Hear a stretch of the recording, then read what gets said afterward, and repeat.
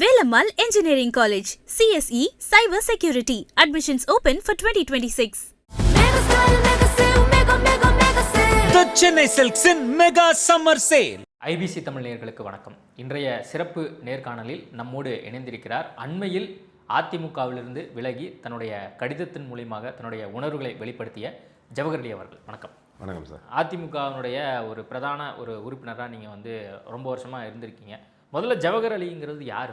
நல்ல கேள்வி கேட்டிருக்கீங்க. ஜவஹர் அலி என்பது ஒரு கடைக்கோடி அந்த ராமநாதபுரத்திலிருந்து வீர சோழன் கமுதி என்ற பகுதியில் எங்கள் அம்மாவும் அப்பாவும் பிழைப்பு தேடி சென்னைக்கு வந்தவர்கள் ஒரு 60 வருஷத்துக்கு முன்னாடி.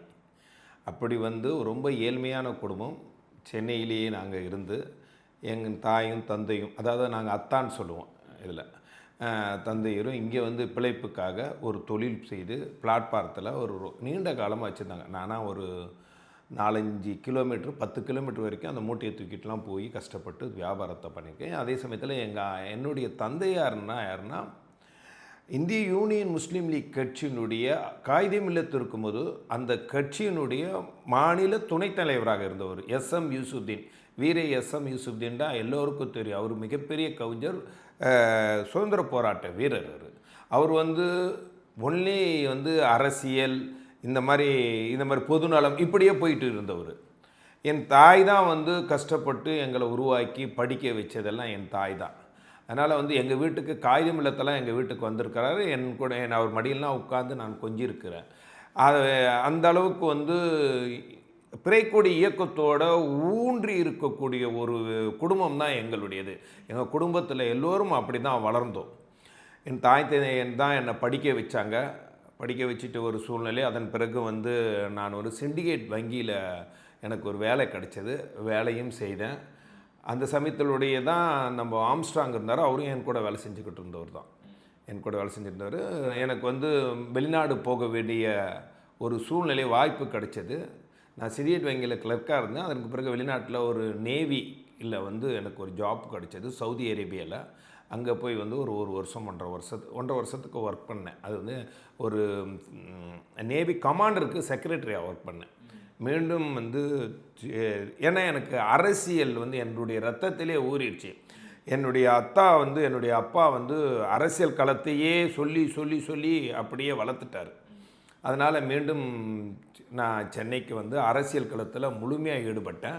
இந்திய யூனியன் முஸ்லீம் லீக்கில் என்னுடைய பயணத்தை தொடங்கினேன். அந்த பயணத்தில் எல்லா தலைவர்களையும் நான் சந்திச்சிருக்கேன், பேசியிருக்கேன். எல்லா தலைவர்களும் எனக்கு நல்லாவே தெரியும். இன்றைக்கு இருக்கக்கூடிய இந்த இஸ்லாமிய இயக்க தலைவர்களோட நெருக்கமாக இருந்த அந்த அனுபவம் எனக்கு இருக்குது. நான் நீண்ட காலமாக அதிமுக கூட்டணியிலேயே இருந்து வந்தவர். 2000 இன்றைக்கு 26 வருஷமாக அந்த இந்திய தேசிய லீக்கு அதிமுக அம்மாவை பலமுறை சந்திச்சிருக்கேன். அம்மா கிட்ட கோரிக்கை வச்சுருக்கேன். அம்மா என்கிட்ட நிறைய முறை பேசியிருக்காங்க. நிறைய முறை அவங்க எனக்கு அறிவுரை சொல்லியிருக்கிறாங்க. எனக்கு வாய்ப்பெல்லாம் கூட கொடுத்துருக்காங்க. எனக்கு இங்கே சென்னையில் கவுன்சிலர் ஆகிறதுக்கான வாய்ப்பும் அம்மா தான் கொடுத்தார்கள். சட்டமன்ற உறுப்பினர் ஆகிறதுக்கு வாய்ப்பு தரேன்னு சொன்னாங்க. அது 2 கட்டங்கள்லேயும் எனக்கு தவறி போயிடுச்சு. அப்படியே அம்மாவனுடைய மறைவுக்கு பிறகு நான் அப்போ அதிமுகவில் இணைஞ்சு முழுமையாக பயணம் அப்படி பண்ணேன். அம்மாவனுடைய மறைவுக்கு பிறகு இந்த இயக்கம் மிகப்பெரிய சோதனை காட்டம் ஏற்பட்டது. அப்போ எடப்பாடியார் அந்த பொறுப்பை ஏற்று ஒரு சிறப்பாக செயல்படுவார் என்ற நம்பிக்கையில் நானும் இருந்தேன். ஏன்னா அதிமுகங்கிறது ஜாதி மதங்களுக்கு அப்பாற்பட்ட ஒரு சமூக நீதி இயக்கம். அந்த அடிப்படையில் நானும் அவரோட பயணித்தேன். அவரோட தோளோடு தோளுண்டேன். அவர் ஆட்சியில் இருக்கும்போது ஏற்பட்ட பல பிரச்சனைகள் எல்லாம் இந்த விவாதங்களில் நான் முன்னின்று அதையெல்லாம் சுமை தாங்கி அதற்கான சரியான பதிலும் கொடுத்துருக்கேன். அவரும் சொல்லியிருக்கிறாரு. எல்லா அமைச்சர்களும் என்னை பாராட்டியிருக்காங்க, நேரடியாக தொடர்பு கொண்டிருக்கிறாங்க. நான் விவாத களத்தில் பேசும்போதே எடப்பாடியார் எனக்கு ஃபோன் போட்டு இந்த பாயிண்ட்டை சொல்லு அப்படின்னு சொல்லுவார். அதுபோல் 4-5 முறை நடந்திருக்குது. அது மாதிரி சம்பவங்கள்லாம் நிறைய நடந்திருக்குது. சில தவறுகளை நான் ஒரு விவாதத்தில் நான் பேசும்போது உப்பை தின்றவன் தண்ணி குடிப்பான்னு கூட ஒரு வார்த்தையை சொன்னேன். அந்த சமயத்தில் குட்கா சம்பவம் நடந்த அந்த விசாரணை சிபிஐ விசாரணை அப்போது நான் சொல்லும்போது அது எப்படிப்பட்ட வார்த்தையை நீ சொல்லக்கூடாதுன்றெல்லாம் என்னை சொல்லியிருக்கார். சில விஷயங்களை பாயிண்ட் அவுட் பண்ணியிருக்கார். சில விஷயங்களை பாராட்டியும் இருக்கார். ஆனால் அப்பொழுதிருந்து ஒரு இஸ்லாமியராக ஒரு பல முறை அவருக்கு கோரிக்கையும் வச்சுருக்கேன். அவர் முதலமைச்சராக இருக்கும்போது முஸ்லீம்களுக்கான பிரச்சனைகள் இது, முஸ்லீம்களுடைய கோரிக்கைகள் இது, முஸ்லீம்களுக்காக நாம் செஞ்சால் தானே இந்த முஸ்லீம் மக்கள் வந்து இதாக வருவாங்க. இன்றைக்கி நம்ம வந்து பிஜேபி முத்திரை குத்தி இருக்காங்க, அதை நம்ம விலகி வரணும்னா நம்ம முஸ்லீம்களுக்கான பல்வேறு விஷயங்கள் சொன்னேன். இடஒதுக்கீடு உயர்த்தி தருவோம், பெண்களுக்கான அந்த திட்டங்களை கொண்டு வருது, பெண்கள் அதாவது வந்து ஹஜ்ஜி கமிட்டிக்காண்டி அந்த கட்டடம் கட்டணும், பல்வேறு விஷயங்களை கோரிக்கையை அவர்கிட்ட சொல்லுவேன். அவருக்கு போகிற டைமெல்லாம் எதையாவது ஒன்று சொல்லணும், ஒரு விஷயத்த சொல்லணுங்கிறக்காண்டி சொல்லுவேன். நான் அடிக்கடிக்கு போய் எடப்பாடியை போய் சந்திப்பேன். 10 நாளைக்கு ஒரு முறையாவது போய் எப்படியும் சந்திச்சிருவேன் அவர் வீட்டில். அப்போ இந்த மாதிரி முஸ்லீம்களுக்கு அப்போ தானே நம்மளுடைய ஓட்டு கிடைக்குமா அப்படி இப்படின்னு சொல்லுவேன். அப்போ என்ன சொல்லுவார், அவர் என்ன சொல்லுவார் அதுக்கு? அவர் வந்து பார்த்துக்கலாம் செய்யலாம், பொறுமையாக இருக்கு. இந்த காலப்போக்கில் அது என்ன ஆயிடுச்சுன்னா, அவர் முதலமைச்சராக இருக்கும்போது கூட ஓரளவுக்கு சரியாக தான் போய்கிட்டு இருந்தார். ஏன்னா அதிகாரிகளுடைய கண்ட்ரோல் இருக்கும்போது ஓரளவுக்கு சரியாக பண்ணிடுறார். அதற்கு பிறகு ஆட்சி பொறுப்பை விட்டதற்கு பிறகு அவருடைய மனநிலை முழுமையாக மாறி போயிடுச்சு. கட்சியை காப்பாற்றணுங்கிற ஒரு மனநிலையிலே எண்ணத்தில் அவர் கூட வச்சுருந்த ஒரு 3-4 பேர், அதாவது வந்து அவர்களெல்லாம் வந்து ஒருத்தர் அரசியல் நல்ல அனுபவம் உள்ளவர், பத்திரிகையாளர், இந்த மாதிரி உதவியாளராக செயலாளராக வச்சிருக்கக்கூடியவர்கள் எல்லாம் வந்து நான் என்னுடைய பார்வையிலேயே இந்துத்துவா மென்டாலிட்டி அவர்கிட்ட நிறைய திணிச்சாங்க. பொதுவாக வந்து எடப்பாடியாருக்கு முஸ்லீம்களை பற்றி ஒன்றுமே தெரியாது. முஸ்லீம்களுடைய வழிமுறை என்ன, அவர்கள் பின்பற்றுறதோட முஸ்லீம்களை பற்றி முழுமையாக அவருக்கு தெரிஞ்சிருக்கிறதுக்கு வாய்ப்பு இல்லைன்னு பார்த்தேன். ஏன்னா முஸ்லீம்களை பற்றி ஒன்றுமே அவருக்கு தெரியலங்கிறது உண்மையே வேதனையான விஷயமாக தான். அப்போ அவர்கள் முஸ்லீம்கள் வந்து நம்மளுக்கு 2021 ஓட்டே போடலை அப்படிங்கிறத அவர் மைண்டில் போட்டோன்னா எப்போனாலும் முஸ்லீம்கள் ஓட்டு போடுறதே இல்லை அப்படின்னு சொல்லுவார். முஸ்லீம் ஓட்டு போட மாட்டாங்கன்னு ஒரு மைண்டில் அப்படியே திணிச்சிட்டாங்க. அதனால என்ன முஸ்லீம்களுக்கு பிரதிநிதித்துவம் கொடுக்குறதே அவர் விரும்பலை. இந்த பொறுப்பு கூட தமிழ் மகன் ஹுசேனுக்கு கூட அந்த பொறுப்பு கூட கடைசி வரைக்கும் வேற ஆளுக்கு போகிறதா தான் இருந்தது. அது பெரிய சலசலப்பு உண்டாதனால தான் அவருக்கு வந்துச்சு. வயசில் மூத்தவர், சீனியருங்கிற பேரில். மற்றபடி இந்த கட்சியில் வந்து 72 அமைப்பு செயலாளர்கள், அதில் ஒரு முஸ்லீம் இல்லை. 72 மாவட்ட செயலாளர்கள், அதில் ஒரு முஸ்லீம் இல்லை. 150க்கு மேற்பட்ட இது தலைமை கழக நிர்வாகிகள், அதில் ஒரே ஒரு முஸ்லீம், தமிழ் மகன் ஹுசேன். இப்போது இந்த இயக்கம் எதே முன்னோக்கி போகிறதோ அப்போ அந்த வருத்தங்கள்லாம் எனக்கு போய்கிட்டே இருக்குது. நான் அப்போ சொல்லுவேண்ணே, முஸ்லீம்களுக்கு இந்த அமைப்பு செயலாளர் ஒன்றா அது கொடுங்கண்ணே, பார்க்கலாம் அப்படியே சொல்லுவார், செய்கிறதே இல்லை. ஆனால் அப்புறம் எனக்கு ஒரு சமயங்களில் நான் வந்து என்னென்ன முஸ்லீம்களுக்கு பண்ணுறதே இல்லைன்ட்டு, இப்போ அவர் கடைசியாக அந்த ஈரோடு இடைத்தேர்தல், கிழக்கு இடைத்தேர்தலுக்கு வந்தபோது கூட அவர் முஸ்லீம்கள் பூத்துக்கள்லாம் எங்களுக்கு ஒரு ஓட்டு கூட கிடைக்கலப்பான்ட்டார். கிடைக்கவே இல்லை, உங்கள் முஸ்லீம் ஓட்டு போட மாட்டேங்கிறாங்க, அதனால் வந்து நாங்கள் எதுக்கு முஸ்லீம்களுக்கு பொறுப்பு கொடுக்கணும் அப்படிங்கிற ஒரு மனநிலை அவருக்கு உருவான மாதிரி முஸ்லீம்களை முழுமையாக வந்து புறக்கணித்தார். பட் நான் விவாதங்கத்திலையும் போய்கிட்டு தான் இருந்தேன். விவாதத்தில் போனால் கூட வந்து உனக்கு ஒரு பெரிய முக்கியத்துவம் கொடுத்தாருன்னா நாரா இல்லையாங்கிறது அதுக்கப்புறம் தான் காலகட்டங்களில் எனக்கு புரிய ஆரம்பித்தது. அதற்கு பிறகு சில விஷயம் தெரிந்தது. பாஜகவோட கூட்டணி வச்சனால அப்படி நடந்ததா, இல்லை மற்றவங்களும் அப்படி தான் இருக்காங்களா? பாஜக கூட்டணி வச்சதுனால அப்படி நடந்துச்சுன்னா ஓகே. 2024 பாரதிய ஜனதா கட்சி கூட்டணி இல்லைல்ல, அப்போயாவது அந்த இடைப்பட்ட அந்த கொஞ்சம் காலத்துக்கு ஒரு 1.5 வருஷம் 2 வருஷத்துக்கு நீங்கள் முஸ்லீம்களுக்கான ஏதாவது பொறுப்புகள் கொடுத்துருக்கலாம்ல, கட்சியில் ஒரு அங்கீகாரம் கொடுத்துருக்கலாம்ல. அவர் தமிழ் மகன் ஹுசேன் ஒரு வயசாகிடுச்சு, அவரை வந்து எந்த வகையிலும் அவர் வந்து பயன்படுத்துறது இல்லை. அவர் சொல்கிறதும் கேட்குறதில்ல, அவருக்கு எந்த விதமான மரியாதைங்கிறதே இல்லை. அவரும் சரி அந்த பொறுப்பு இருக்குன்னு சொல்லி இருக்கிறாரு. 2024 பாராளுமன்ற தேர்தலில் என்ன சொன்னார், முஸ்லீம்கள் ஓட்டே போடலைன்றார். நான் அப்போ கேட்டேன்னு, என்னென்ன முஸ்லீம்கள் ஓட்டே போடலைன்னா காரணம் இருக்குன்னு, தமிழ்நாட்டு முஸ்லீம்களாக இருக்கட்டும், மதசார்பற்ற மனநிலையில் இருக்கக்கூடியவங்க நிறைய பேர் இருக்காங்க. அதில் வந்து முஸ்லீம்களை பொறுத்த வரைக்கும் முழுக்க ராகுல் மீது பிரியம் இருக்கக்கூடியவர்கள். இந்த ஆட்சி அவலங்கள் மேலே அதிருப்தி இருந்தால் கூட அவங்க வந்து போடாத காரணம் சட்டமன்ற தேர்தலில் போடுறதுக்கு வாய்ப்பு இருக்குன்னா அதுக்கான நம்ம களத்தை அப்படியே கொண்டுட்டு போகணுன்னு, நாமளும் ஒரு முக்கியத்துவம் கொடுக்கணுன்னா கூட அவர்கிட்ட சொல்லியிருக்கேன். இல்லைப்பா உங்கள் மக்கள்லாம் ஓட்டு போட மாட்டாங்க அதிமுகவுக்கு, கூட இருக்கிறவங்களாம் என்ன சொல்லுவாங்க? மற்ற முன்னாள் அமைச்சர்கள்லாம் இருந்திருப்பாங்க, சீனியர் அம்மா காலத்திலேருந்தே பழகினவங்களாம் இருப்பாங்க. அவங்க சொல்கிறதையும் அவர் கேட்கலையா? இப்போ நீங்கள் சொல்கிறத வந்து அவர் கேட்கலைன்னா அது புரிந்து கொள்ள முடிகிறது. நீங்கள் ஒரு அந்த சமுதாயத்திலேருந்து பேசுகிறீங்க அப்படின்னு சொல்லி மற்ற முக்கிய நிர்வாகிகள் என்ன சொல்லுவாங்க? அதையும் அவர் கேட்டுக்கொள்ளலை அப்படின்னு இல்லை. முக்கிய நிர்வாகிகள் என்ன முக்கிய நிர்வாகிகள்னால் அவர் அதிகமாக முக்கிய நிர்வாகியாக கட்சியில் கிட்ட அறிவுரை, கட்சியினுடைய கருத்துக்களை கேட்குறதாருன்னா அவர்கிட்ட செயலாளர் இருக்கிறவர், உதவியாளர் இருக்கக்கூடியது, எழுத்தாளராக இருக்கக்கூடியவர், ஒரு 4 பேர் வச்சுருக்காரு. அந்த 4 பேர் ஒருத்தர் இருக்கிறாரு, முக்கியமான ஒரு தலைமைச் செயலாளர் அந்தஸ்தில் இருந்தவர். அவரும் வந்து அவர் இது பண்ணுவார். அரசு அதிகாரிகள்கிட்ட தான் நிறைய அறிவுரை கேட்டார். அதில் அதன் மூலம்தான் என்னென்னா அவர்களுக்கு அந்த 4 பேருக்கு என்னான்னு பார்த்தா முழுக்க ஆர்எஸ்எஸ் மனநிலை. நான் அவங்கக்கிட்ட பேசும்போதே முஸ்லீம்களை பற்றி எதுவும் தெரியுதில்ல, முஸ்லீம்கள் ஓட்டே போட மாட்டாங்க, முஸ்லீம் ஆதி காலத்துலேருந்தே முஸ்லீம் ஓட்டு போட்டதில்லை, எம்ஜிஆர் காலத்திலே முஸ்லீம் ஓட்டு போட்டாங்க, ஜெயலலிதா காலத்திலே முஸ்லீம் ஓட்டு போட்டாங்கன்னு ஒரு பொய்யான தகவலை என்கிட்ட சொல்லுவாங்க. நான் பலமுறை வாக்குவாதம் பண்ணியிருக்கேன். ஏங்க இந்த ஆர்கே நகரில் எப்படிங்க அதிமுக வெற்றி பெற்றது? ஜெயக்குமார் தொடர்ந்து எப்படிங்க வெற்றி பெறாரு? துறைமுகம் தொகுதியிலும் ஃபுல்லாக முஸ்லீம்கள் இருக்க தொகுதி எப்படிங்க அதிமுக வெற்றி பெற்றது? இதெல்லாம் எவ்வளவோ விஷயங்கள் இருக்குது. நீங்கள் முஸ்லீம்கள் ஓட்டே போட மாட்டான்னு மனநிலைக்கு நீங்கள் ஏங்கிட்டே சொல்கிறீங்களேன்னு சொல்லும்போது, இல்லை நீங்கள் என்ன வரலாறு, உங்களுக்கு முஸ்லீம்கள் எத்தனை முறை ஓட்டு போட்டிருக்காங்க அப்படின்ட்டு அவங்க நம்மளை திருப்பி அவங்களுடைய மனநிலையை என்கிட்டே முஸ்லீம்கள் ஓட்டு போட மாட்டாங்கன்னு அவங்ககிட்ட பேசும்போது அவங்க அப்படி தான் பேசுவாங்க. ஆனால் அவங்க உங்கள் மக்கள்கிட்ட அதிமுகனாலே ஒரு வெறுப்பு இருக்குது, திமுகவுக்கு அடிமையாக இருக்கிறாங்கன்னு சொல்லுவார். நான் பலவர் எடுத்துக்காட்டு சொல்லியிருக்கேன். அதிமுகவை பலமுறை ஆட்சியில் கட்டியில் உட்கார வைக்கிறதுக்கு முஸ்லீம்கள் காரணமாக இருந்திருக்காங்க. 2014 தேர்தலில் திமுக படுதோல்வி அடைய வச்சுருக்காங்க. 2011 தேர்தலில் சென்னையில் 14 தொகுதிகளில் வெற்றி பெற்றோம். இப்போ கூட நான் அந்த தேர்தலுக்கு பிறகு கூட நான் போய் சந்திக்கும் முஸ்லீம்கள் தாவேக்கா கூட ஓட்டு போடலை, அதிமுகவுக்கு ஓட்டு போடல, தாவேக்காவுக்கு கூட ஓட்டு போடல, திமுகவுக்கு மட்டும்தான் 100க்கு 100 ஓட்டு போட்டாங்க, அவங்க கொஞ்சம் கூட மாறலை அப்படின்னு பேசுகிறாங்க. ஒரு முறை சேலத்திலேயே போய் அவரோட ஒரு பெரிய வாக்குவாதமாக இருக்குது. அதை நான் எனக்கு முதல்ல உம்ரா போயிருந்தேன், மெக்காவில் இருக்கும்போது என்கிட்ட எனக்கு சொல்லியிருந்தார், நான் உங்களுக்கு சிறுபான்மை பிரிவினுடைய செயலாளர் பொறுப்பு நான் உங்களுக்கு போடுறேன்னு சொன்னார். ஆனால் அவர் போடாமல் அப்துல் ரஹீமுக்கு போட்டார்.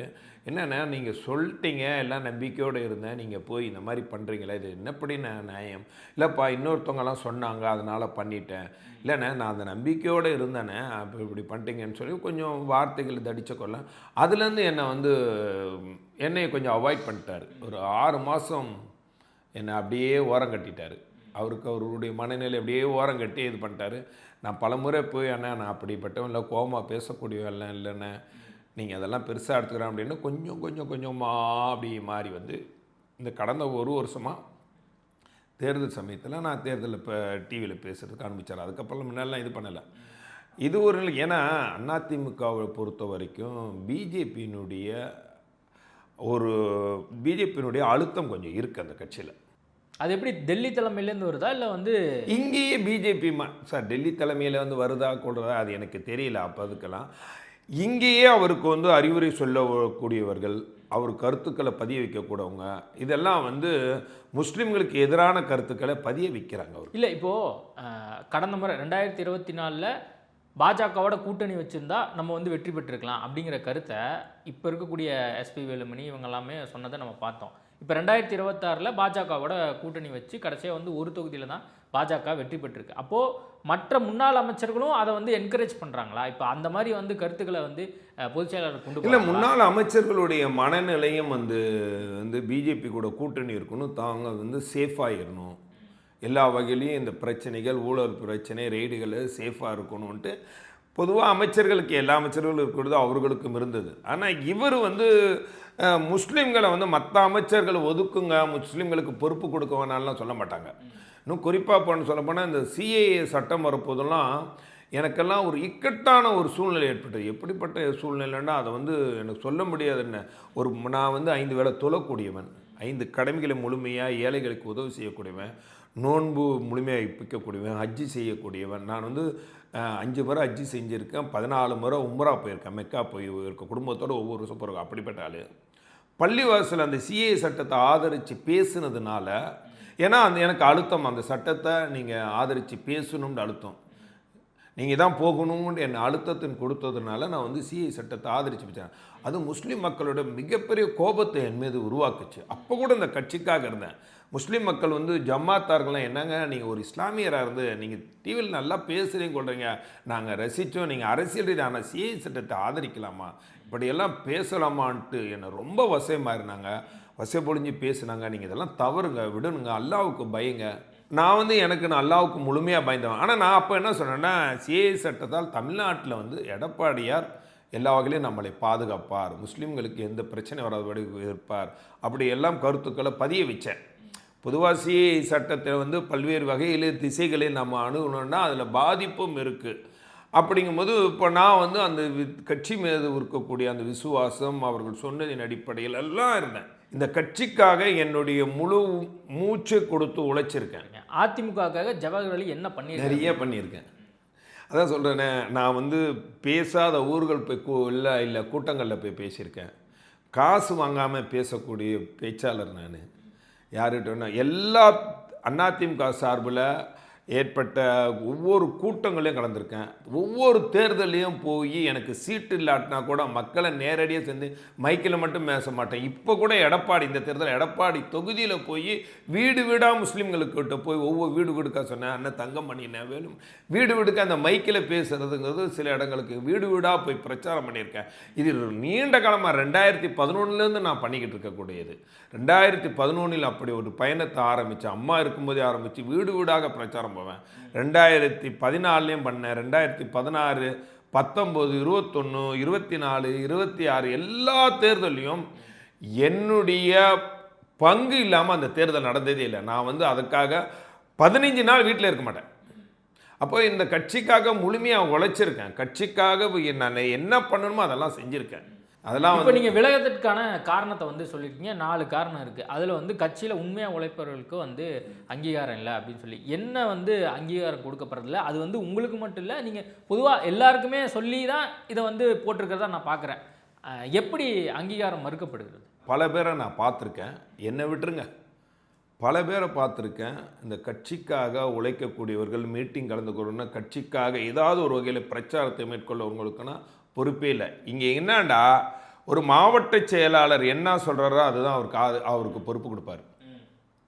அந்த மாவட்ட செயலாளருக்கு வந்து இவருடைய பணி என்ன, பயன் என்னங்கிறதே தெரியாது. அவருக்கு ஒரு தனிப்பட்ட விரோதம் காரணமாக அந்த மாதிரி நிறைய பேர் இருக்காரு. நீங்கள் ஒரு எடுத்துக்காட்டு சொல்கிறேன். லீமா ரோஸ் யார்? 2 நாளைக்கு முன்னாடி வராங்க கட்சி, நான் 3ஆவது நாள் ஒரு அறிவிப்பு, வேட்பாளர் அறிவிப்பு. யார் அவங்க? எதுக்காக அவங்களுக்கு பொறுப்பு கொடுக்கும்? அது இல்லாமல் உடனே அடுத்த நாளே அன்றைக்கே வந்து மாநில மகளிர் அணியினுடைய இணை செயலாளர், மகளிர் அணியாக இருக்கட்டும், சிறுபான்மை அணியாக இருக்கட்டும், இளைஞர்னா மாவட்டத்திலேருந்து தான் போகும். அப்போ வந்து அந்த பொதுவாக வந்து அவருக்கு நீங்கள் நம்புங்க சார், பணம் காசு இருக்கக்கூடியவர்களுக்கு அவருடைய பார்வை வேற மாதிரி இருக்கும். எடப்பாடியார் நான் நிறைய பார்த்துருக்கேன். கட்சிக்காக செலவழிக்கக்கூடியவர்களுக்கு அவர் அங்கீகாரம் கொடுத்துக்கிட்டு வந்தார். செலவழிக்காமல் உடல் உழைப்பு கொடுக்காம கட்சிக்காக எந்த வகையிலும் பிரச்சாரத்தை மேற்கொள்ளாதவர்களுக்கு கட்சிக்காக செலவு, இதில் ஏதாவது செலவு பண்ணுறேன், ஒரு நமது அம்மாவில் ஒரு பெரிய விளம்பரம் கொடுத்தா அவருக்கு ஒரு மரியாதை இருக்கும்.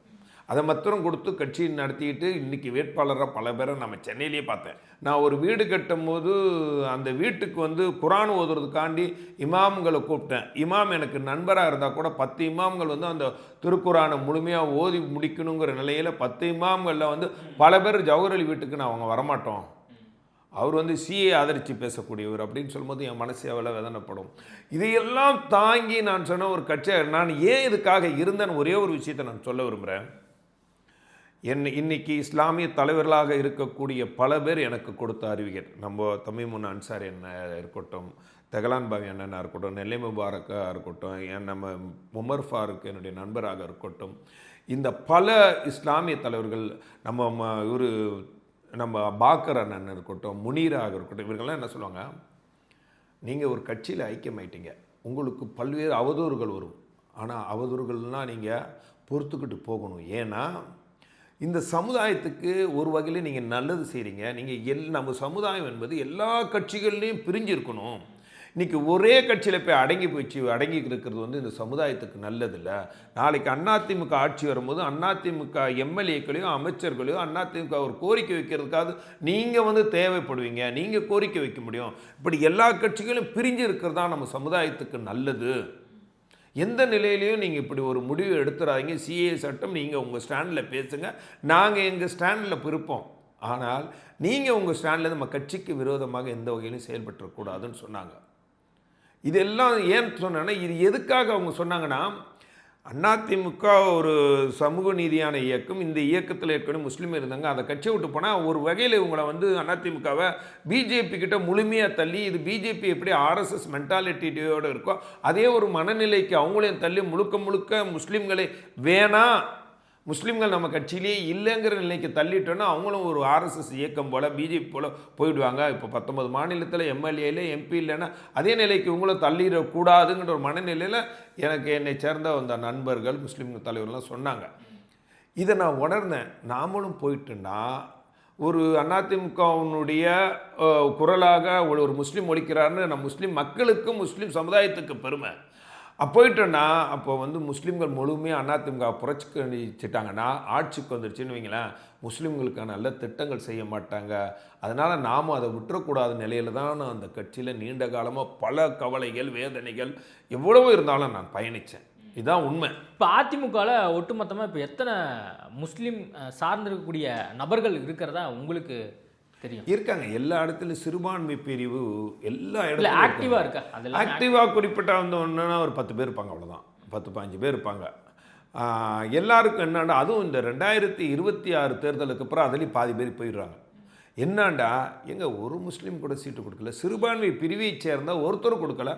இப்போ அவர் செயலாளர் இருந்த அப்துல் ரஹீமுக்கு கொடுத்துருக்கலாம், இல்லை நீங்கள் இணை செயலாளர் இருந்தால் உங்களுக்கு கொடுத்துருக்கலாம். நீண்ட காலமாக இருக்கேன், யாருக்கும் கிடையாது. நான் போய் எடப்பாடி இருக்கட்டேன், அண்ணே நீங்கள் என்னென்ன இப்படி இந்த சட்டமன்ற தேர்தலில் முஸ்லீம்களுக்கு சீட்டே கொடுக்கலையேண்ணே, வேட்பாளர்னா முக்கால்வாசி அறிவிச்சாச்சேண்ணே, 13 பேர் மட்டும் அறிவிக்க வேண்டியிருக்கு. சென்னை எல்லா இடத்துலையும் முக்கியம் அறிவிச்சாச்சேன்னா, இப்போ முஸ்லீம்கள்லாம் ஓட்டு போட மாட்டாங்க, கொடுத்தாலும் ஓட்டு போட மாட்டாங்க, கொடுக்காட்டினாலும் ஓட்டு போட மாட்டாங்க. அதனால் அதை பற்றி நான் கவலைப்படல. ரெண்டாவது அவர் என்ன ஒரு மனநிலைக்குன்னா, அவர் தாயுடைய உத்தரவு என்னடா, முஸ்லீம்களை பூத் ஏஜெண்டா கூட நியமிக்காதீங்க. இன்னும் சொல்லப்போனால் அதிமுக கட்சியினுடைய வேட்பாளர்கள் பல பேர் மக்களுக்காக இந்த ஓட்டுக்காக பணம் கொடுத்தாங்க. அதில் முஸ்லீம்களுக்குன்னா கொடுக்காதீங்க அப்படின்னு முஸ்லீம்களுக்கு கொடுக்கலன்ட்டு முஸ்லீம்கள் சொன்னாங்க. பக்கத்து வீட்டில் கொடுத்தாங்க, எங்களுக்கு கொடுக்கலங்க, கேட்டால் நீங்கள் ஓட்டு போட மாட்டீங்க. இது எப்படிப்பட்ட ஒரு மனநிலையை பிம்பத்தை ஒரு கட்டமைக்கிறாரு. அப்போ கட்டமைக்கும் போது நாம் இப்படியே இதன் மூலம் அப்படியே பயணித்தோன்னு வைங்களா, அவரை எப்படி அவர் உணர்வார்? அவருக்கு உணர்த்தணும் இல்லை, இந்த இயக்கத்தை அழிஞ்சிடக்கூடாது, இந்த இயக்கம் நடக்கும். அப்போ அவர் உணர்த்தணும். அதன் மூலயமாவது வருங்காலத்திலேயாவது இவர் முஸ்லீம்களுக்கு ஏதாவது ஒரு நல்லது செய்யணுங்கிற எண்ணம் எனக்கு காரணம் தான் நான் இந்த விஷயத்தை மட்டும் சொல்வதற்கு எவ்வளவோ இருக்குது.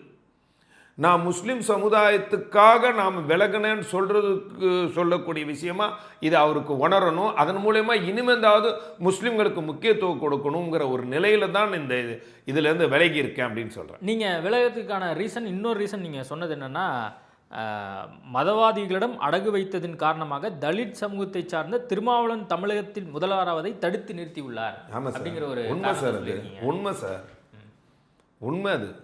ஏன்னா இந்த தேர்தல் ஏற்கனவே பிஜேபியினோட கூட்டணி சேரலைன்னு வைங்களேன், இது தாவேகா அதிமுக கூட்டணி உருவாகிறதுக்கு அதுக்கு முன்னாடி எங்கள்கிட்ட சொல்லிட்டாங்க, தாவேகாவை பற்றி நீங்கள் எதுவுமே பேசக்கூடாது, விஜயை பற்றி விமர்சனம் செய்யக்கூடாது, தலைமைக்கு உத்தரவு.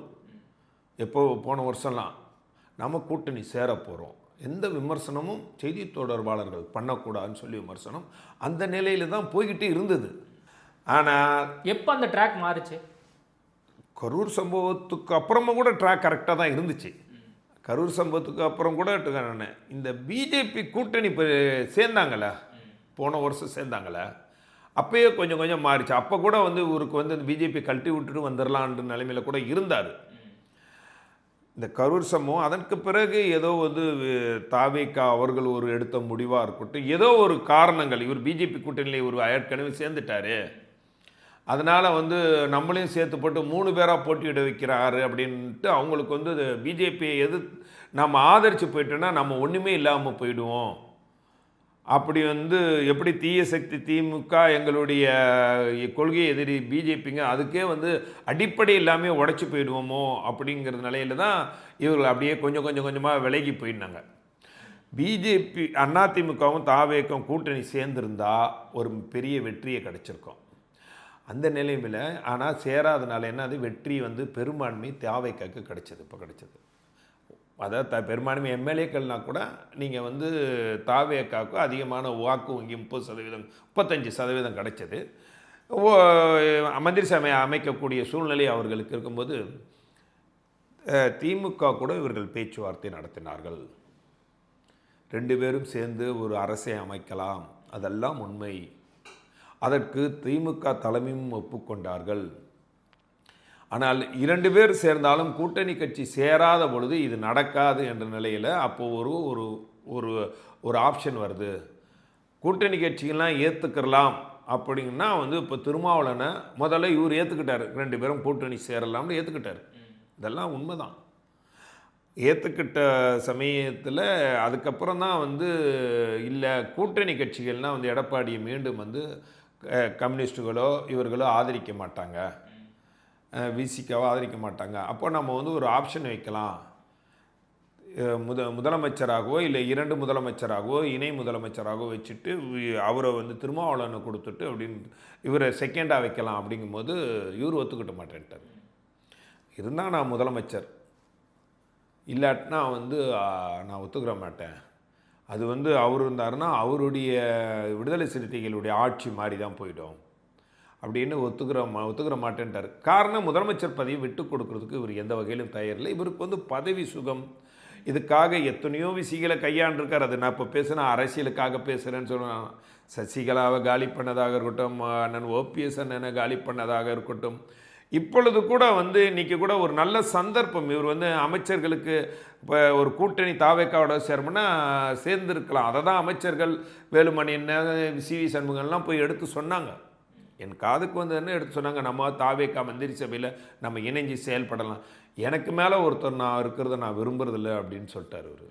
இப்போது 25 எம்எல்ஏக்கள் ஆதரவு நிலைப்பாடு கொடுத்துருக்காங்களே தாவேக்காவுக்கு, அதான் பிரிஞ்சு தானே கொடுத்துருக்குறாங்க. இப்போ இவர் இதை ஒத்துக்கிட்டாரா? ஒத்துக்கிறல. இவர் ஒத்துக்கிறல. ஒத்துக்கிறாத நிலையில் தான் இவங்க பிரிஞ்சு கொடுத்துருக்குறாங்க. இதனால் வந்து இவர்கள் மாரி கொறடாவை மீறிய செயல், கட்டுப்பாட்டை மீறி செயல், சட்டப்படி இவர்கள் செய்தது தப்பா சரியாங்கிறது வந்து நீதிமன்றம் சொல்ல போகுது. ஆனால் இன்றைக்கு தாவேக்க அரசை இவருக்கு வந்து இப்போ வந்து இவருக்கு முதலமைச்சர்னு கொடுக்குறாங்கன்னா இவர் முழுமையாக கொடுத்துருப்பார்.